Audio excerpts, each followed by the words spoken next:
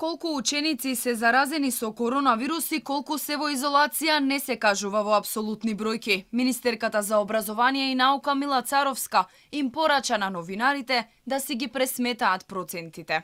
Ако ги знаете реалните бројки, може да се изведат многу лесно процентите од бројката 240.000 ученици, што значи 0,2%, што значи 0,02% и што значи 2%. Сметам дека здравствените власти покажаа дека ја водат пандемијата и успешно се справуваат со истата и токму затоа продолжуваме да ги следиме инструкциите кои што Комисијата за заразни болести ги дава. 480 позитивни случаи на коронавирус помеѓу учениците се регистрирани од почетокот на учебната година, или како што би рекла Царовска, 0,2% од вкупниот број на ученици.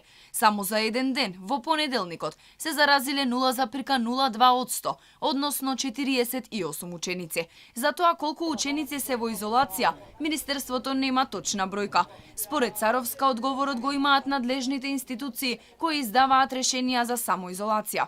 Во моментов 2% од учениците во основно образование следат онлайн настава, а во средните училишта тој процент изнесува 7%.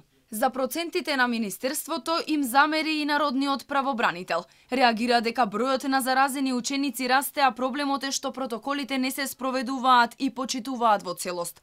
Народниот правобранител отвори и предмет за да ја следи состојбата во училиштата и што надлежните органи преземаат за непречено остварување на правото на учениците за образование. Иако средствата за јавно информирање секојдневно известуваат за конкретни бројки на ново откриени позитивни случаи на ученици и наставници ширум државата, ресорното Министерство за медиумите не соопштува конкретни бројки, туку само споделува информација за извесен процент од 0,02% од вкупниот број на ученици, при што се тврди дека интерна трансмисија на вирусот во рамки на училиштата не постои.